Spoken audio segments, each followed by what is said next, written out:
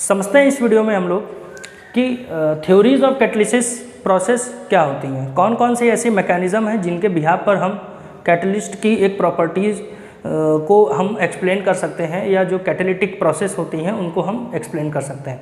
तो चलिए शुरू करते हैं। बेसिकली कैटलिस्ट का जो वर्क होता है वो रेट ऑफ रिएक्शन को अल्टर करने का वर्क होता है।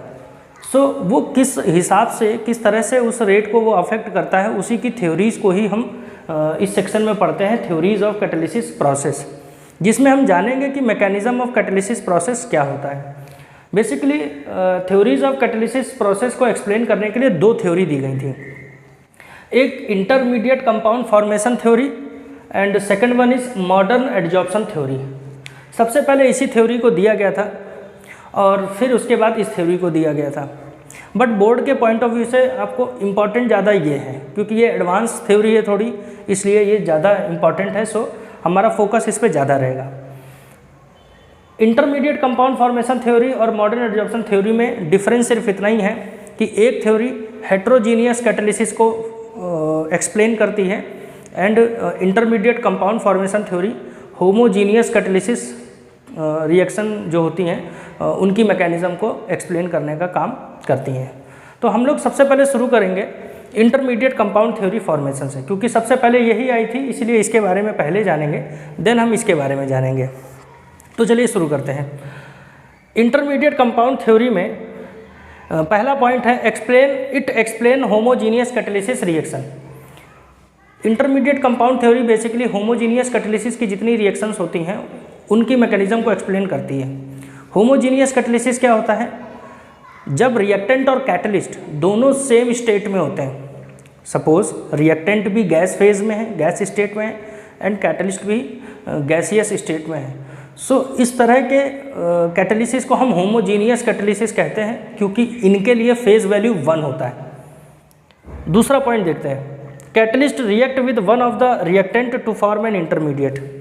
इस थ्योरी का पहला जो मेन पॉइंट है, समझ लीजिए यही, यहाँ से ही थ्योरी शुरू होती है। कैटलिस्ट सबसे पहले एक रिएक्टेंट से रिएक्ट करेगा और एक इंटरमीडिएट बनाता है। A catalyst react with one of the reactant to form an intermediate बनाता है। Then intermediate react with another reactant to form a product, और तब जो इंटरमीडिएट उसमें बनता है वो रिएक्ट करता है दूसरे रिएक्टेंट से। बेसिकली दो रिएक्टेंट होंगे, दोनों आपस में रिएक्ट होकर प्रोडक्ट बनाएंगे। तो इंटरमीडिएट जो बनता है वो बनता है किस रिएक्शन की वजह से? कैटलिस्ट और एक रिएक्टेंट जो जिससे वो पहले रिएक्ट करेगा तो वो इंटरमीडिएट बनाएगा। देन इंटरमीडिएट जो दूसरा बचा हुआ रिएक्टेंट है, अनदर रिएक्टेंट से वो रिएक्शन करके प्रोडक्ट बनाता है। And catalyst is regenerated. जैसे ही ये रिएक्शन हो जाएगी उसके बाद कैटलिस्ट क्या हो जाता है? फ्री हो जाता है। और ये हम लोगों ने बेसिकली पढ़ा भी था कि किसी कैटलिस्ट में किसी भी रिएक्शन में कैटलिस्ट पार्टिसिपेट नहीं करता है, वो बस रिएक्शन के रेट को अल्टर करेगा। इसका मतलब है कि अगर पार्टिसिपेट नहीं कर रहा होगा तो वो कंज्यूम भी नहीं होगा। तो यहाँ से ये बात क्लियर हो जाती है कि इंटरमीडिएट थ्योरी में हम देखते हैं कि कैटलिस्ट रीजनरेट हो रहा है। अब इसका एग्जाम्पल समझ लेते हैं। एग्जाम्पल है, सल्फर डाइऑक्साइड गैस का ऑक्सीडेशन कराते हैं in presence of nitric oxide gas, so SO3 gas बनती है। तो अब इसमें देखिए क्या है मैकेनिज्म, इसकी समझते हैं। सबसे पहले कैटलिस्ट एक रिएजेंट से, यहाँ पर देखिए दो रिएक्टेंट है, सल्फर डाइऑक्साइड और O2 गैस। तो कैटलिस्ट सबसे पहले रिएक्ट करता है एक रिएजेंट से या रिएक्टेंट से जो है O2 गैस। तो वो O2 रिएक्शन करके नाइट्रोजन डाइऑक्साइड एक इंटरमीडिएट बना लेती है। अब यही इंटरमीडिएट क्या करेगा? फर्दर दूसरे रिएक्टेंट से रिएक्शन करेगा जो कि सल्फर डाइऑक्साइड है, और रिएक्ट करके सल्फर ट्राइऑक्साइड गैस बना लेगा, और NO जो नाइट्रिक ऑक्साइड है ये फर्दर रीजनरेट हो जाता है as a catalyst. Heterogeneous catalysis के बारे में, बट यह थ्योरी हेट्रोजीनियस कैटलिसिस के बारे में नहीं बता पाती है। दूसरा पॉइंट क्या है? It can't explain about working of promoter and poison. ये प्रोमोटर की जो एक्शन है या जो प्रोमोटर का वर्किंग है और जो पॉइजन का वर्किंग है टुवर्ड्स कैटलिस्ट उसके बारे में भी एक्सप्लेन नहीं कर पाती है। इस वजह से ये इसका एक ड्रॉबैक हो गया या एक फेलियर हो गया। और लास्ट में इसका एक पॉइंट है कि it can't explain that powdered form और कोलाइडल कैटलिसिस और solution basically is more effective. Catalysis में हम लोगों ने देखा था कि कोलाइडल सोल्यूशन काफ़ी इफेक्टिवली काम करते हैं, और यह पाउडर्ड फॉर्म अगर कैटलिस्ट का है तो वो ज़्यादा इफेक्टिवली काम करता है। तो ऐसा क्यों होता है इसके बारे में भी ये बता नहीं पाए थे।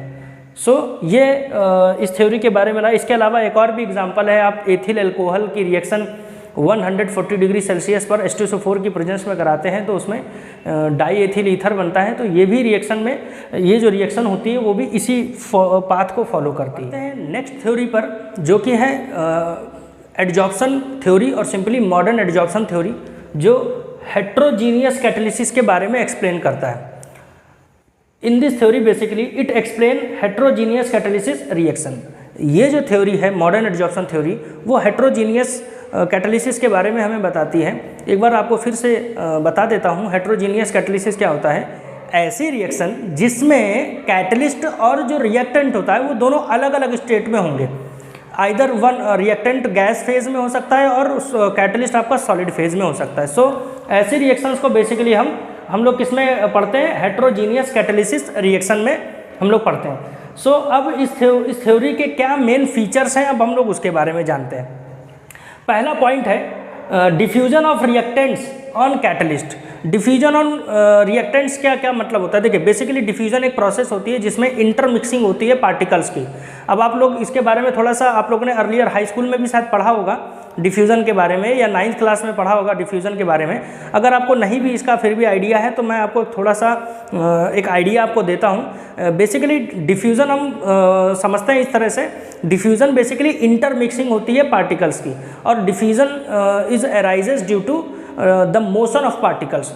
किसी पार्टिकल के मोशन की वजह से ही डिफ्यूज़न होता है। अब डिफ्यूज़न रेट एक कंसेप्ट होता है इसमें। डिफ्यूज़न रेट गैस में सबसे ज़्यादा होता है क्योंकि गैस के पार्टिकल्स आसानी से और बहुत फ्रीली मूव कर सकते हैं, जबकि सॉलिड में डिफ्यूज़न रेट बहुत कम होता है।